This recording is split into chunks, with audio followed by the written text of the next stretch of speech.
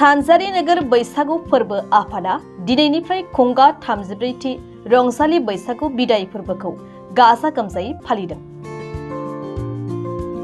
हाबाफारि बायदि गिबि हाबाफारियावनो सानजारि नोगोर बैसागु फोरबो आफादजों लोगोसे गुबुन गुबुन माहारियारि आफादगिरि फिरफिला बिरहोनाय हाबाफारिखौ मावफुंनाय जायो। हाबाफारियावनो सानजारि नोगोर बैसागु फोरबो आफादनि फिरफिलाखौनो बिरहोयो सानजारि नोगोर बैसागु फोरबो आफादनि आफादगिरि सुखुराम ब्रह्म आरो गुबुन गुबुन माहारियारि आफादनि आफादगिरिफोराबो फिरफिलाखौ बिरहोनाय जायो। मख'नो गोनांदि हाबाफारियावनो गाहाय थांफैब्लांखौ बेखेवनानै होयो एसपि बड' जौसिन गेजेरारि फरायसालिनि गोरायुं सनेश्वर बसुमतारी, रुंसारि रामेश्वर रामसियारि गोसोखां गाहाय सायनासालिखौ बेखेवनानै होयो एसपि बड' गोजौ फरायसालिनि बारग' लेङाइ फोरोंगिरि ललित चन्द्र बर', बुलुर गेलेनाय बादायलायनाय हाबाफारिखौ बेखेवनानै होयो MABनि बारग' मावफुं सोद्रोमा मलेन्द्र नार्जारिया दिनैनि गोबां हाबाफारिखौ मावफुंनाय जायो। सानजारि नोगोर बैसागो फोरबो आफादनि जानानै बयनिसिमबो खुलुमनाय बावहरग्रोबाय।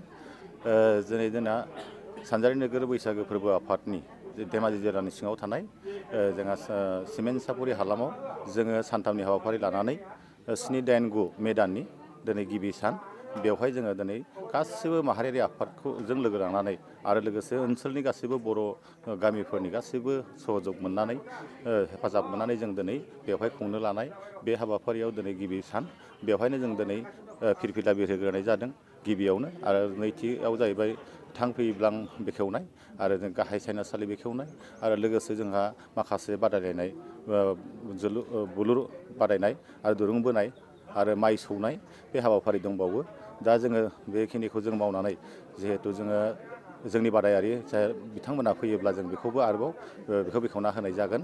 जों आसा खालामदों जोंनि बे सानजारि नोगोर ओनसोलनि गासैबो बर' गामिफोरनिफ्राय जोंनाव माखासे बे बादायलायनायाव हाबाफारियाव बाहागो लाफैगोन आरो जोंनि बे ओनसोलनिनो गासैबो बर' माहारिनि माखासे आफादफोर बर' फरायसा आफाद, खौसेथि बर' सुबुं आफाद, सारेन्डार NDF, इउनाइटेड फराम आरो लोगोसे जोंहा दुलाराय बर' आइजो अनसाय आफाद आरो साहित्य सभा गासैबो बर'नि माहारियारि जेसेबां आफादफोर दं आफादगिरि नेहाथारिजों लोगोसे गासैबो मावथिफारिया बिथांमोनहाबो जोंनि बेवहाय बाहागो लाफैदों। आसा खालामो जोंनि बे सानथामनि हाबाफारियाव जोबोद मोजाङै जोङो बेखौ खुंफुंनो हागोन आरो लोगोसे मोनफ्रोमबो बाहागोआव जाहाथे बाहागो लाफैगोन होननानै आसा खालामनो हायो। जोंहा गाहाय आलासि जों लेंहरनाय दङ ओनसोलनिनो आरो बर' फरायसा आफादनिबो दङ आरो लोगोसे जोंनि हारिमु आफादा हारिमु बिलिफां जायनि बेखेवनाय बे आरो लोगोसे गेवलां मेलाव जोङो गासिबो माहारियारि आफादनि ओनसोलनि आरो जिहेतु गोजान जायगानिबो जोङो बिथांमोनखौ माने गेवलां मेलाव लेंहरनाय जादों। बिथांमोना जोंनो खोथा होदों जोंनि बे गेवलां मेलाव बिथांमोना नुजाथिफैगोन। रायजोफोरखौ जों फोरमायहरखादों लाइजामनि गेजेरजों आरो लोगोसे बेवहाय गासिबो ओनसोलनि मानसिफ्रा खौसे दङ हिसाबै आरो गामि गामि जोंनि जेसेबांनाखि बर' माहारिनि आफादफोरनि आरो रायजो राजाजों जोङो मोजां सुबुरुन मोनगोन आरो बेवहाय बाहागो लाफैगोन बेखौ जोङो गेवलां मेलाव जोङो आसा खालामनो हायो।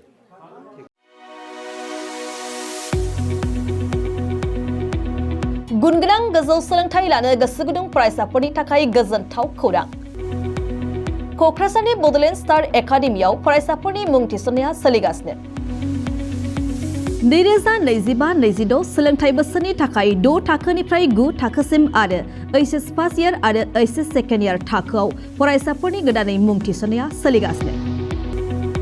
क'क्राझार सहरजों नांजाबनाय साहा फारसे साखाथि तितागुरियाव थानाय बड'लेण्ड स्टार एकाडेमि क'क्राझाराव बड' मिडियामनि 6 थाखोनिफ्राय 9 थाखोसिम साइन्स, आर्टस, कमार्स स्ट्रिमाव, बड' आरो इंलिश मिडियामाव HS फार्स्ट इयार आरो HS सेकेन्ड इयार थाखोआव फरायसाफोरनि गोदानै मुं थिसननाया दासान्दि सोलिगासिनो दं। रोंगौथि गोनां फोरोंगिरिफोरनि फोरोंथाय होनायजों लोगोसे गोबां उफ्रा सोलोंथाइनि खाबुफोर जेरै डेली फ्री JEE आरो नीट क्लास, JEE नीट आरो कम्पिटिटिभ एग्जामनि थाखाय free mock test, English speaking class, daily GK class, career guidance, library facilities, personal attention, हौवासा आरो हिन्जावसाफोरनि थाखाय आलादा थाग्रा हस्टेल बायदि बायदि सोलोंथाइ खाबुफोरजों गुनगोनां सोलोंथाइखौ बे बड'लेण्ड स्टार एकाडेमियाव मोननो हागोन।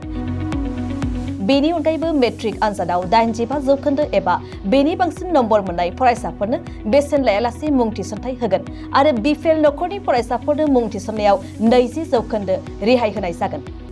अब्ला मानोथो गोबाव खालामनो नोंथाङाबो गुन गोनां गोजौ सोलोंथाइ लानो थाखाय क'क्राझारनि बड'लेण्ड स्टार एकाडेमियाव मुं थिसननायनि खाबुखौ लादो। बांसिनै मिन्थिनो थाखाय गाहायाव होनाय मबाइल नम्बराव फोनांजाब खालाम। मबाइल नम्बर 7638008149 6003494371 आरो 6000034997।